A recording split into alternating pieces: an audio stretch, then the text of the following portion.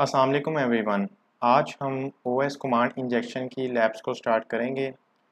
Labs को start करने से पहले मैं आपको कमांड इंजेक्शन के हवाले से थोड़ा सा ओवरव्यू दे देता हूं, ताकि आपकी फ़र्दर लैब्स के हवाले से जो अंडरस्टैंडिंग है वो डेवलप हो जाए।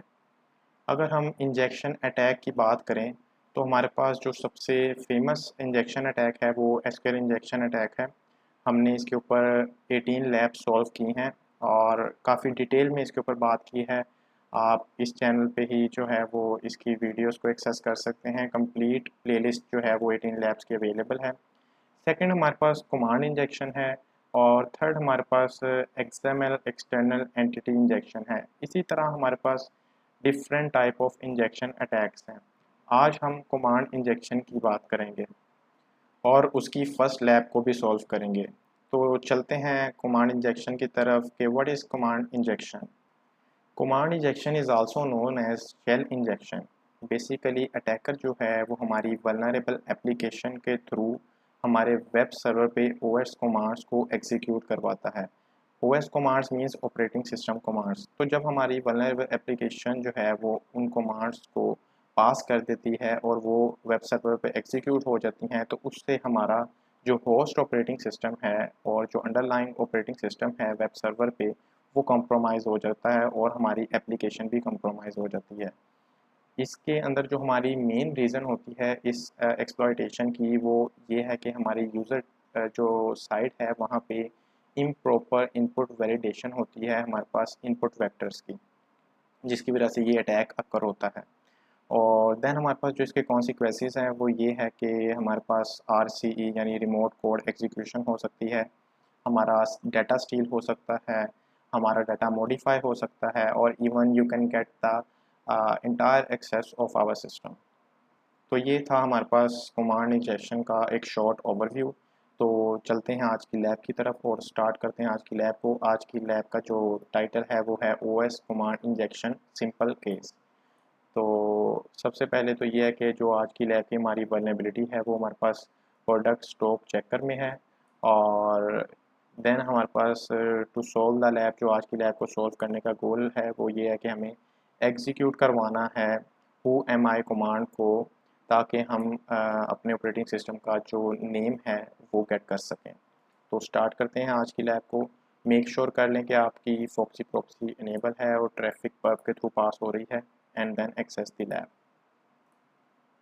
तो जैसा कि आप देख सकते हैं कि हमारी लैब एक्सेस हो चुकी है और हम इस वक्त अपनी लैब के फ्रंट पेज पे हैं। हम किसी भी एक प्रोडक्ट को जो है वो ओपन कर लेते हैं और देन हमारे पास as our description of lab के हमारे पास स्टॉक चेक जो है इसके पैरामीटर में वल्नरेबिलिटी है। तो जैसे ही हम इस पर क्लिक करेंगे तो हमारे पास यहाँ पे HTTP रिक्वेस्ट आ जाएगी, जो कि हमारे पास प्रोडक्ट स्टॉक की रिक्वेस्ट है।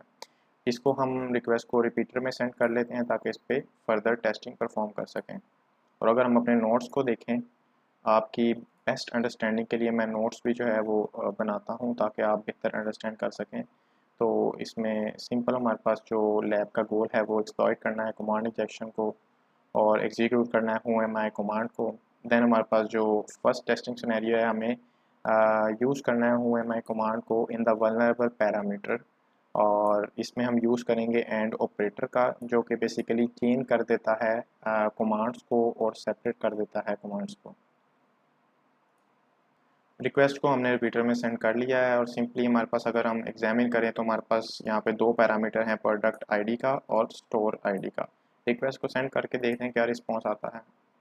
तो हमारे पास सिंपली जो है वो 200 का रिस्पॉन्स है और हमारे पास जो प्रोडक्ट की अवेलेबिलिटी है स्टॉक में वो 62 अमाउंट है उसकी। तो हम बेसिकली यहाँ पे अगर रियल टाइम में किसी एप्लीकेशन को टेस्ट करेंगे तो हम दोनों पैरामीटर्स को चेक करेंगे वन बाय वन के प्रोडक्ट आईडी का पैरामीटर वल्नरेबल है या स्टोर आईडी का पैरामीटर वल्नरेबल है।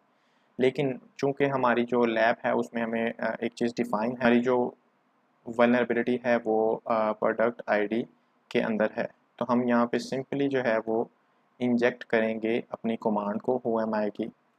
सिंपली इसमें एंड के ऑपरेटर को इंजेक्ट करेंगे और टाइप करेंगे हु एम आई। ठीक है, और देन हम इसको जो है यूआरएल इनकोड करेंगे।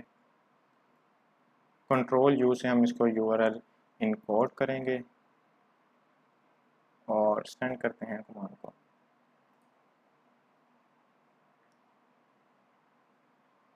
तो आप देख सकते हैं कि हमारे पास यहाँ पे नेम आ चुका है, जो हमारे पास बैक एंड पे हमारे पास ऑपरेटिंग सिस्टम में एज अ यूज़र जो रन हो रहा है। लेकिन हमारे पास यहाँ पे अगर हम देखें तो स्टॉक रिपोर्ट जो है उसमें लाइन 5 पे हमें एक एरर अनबाउंड वेरिएबल का शो हुआ है। ठीक है, तो अगर हम इसकी बात करें तो ये जो एरर है अनबाउंड वेरिएबल का, ये हमें इसलिए रिसीव हुआ है कि हमारे पास जो नेक्स्ट वेरिएबल है बैकएंड में वो भी एग्जीक्यूट हो रहा है। तो अगर हम इसको हैश के जो साइन है उससे अगर हम इसे कमेंट कर दें और देन इसको भी यूआरएल इंकोड करें,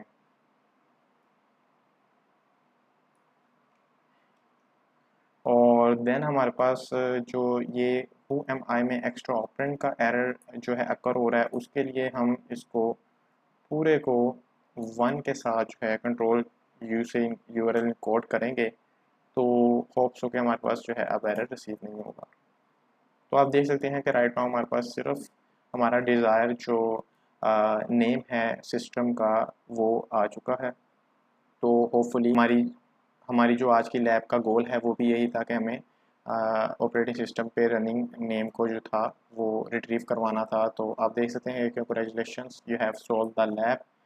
अगर आपको ये वीडियो अच्छी लगी है तो वीडियो को लाइक कर दें, चैनल को सब्सक्राइब कर दें। See you guys soon in the next video. Until then take care of yourselves. Thank you.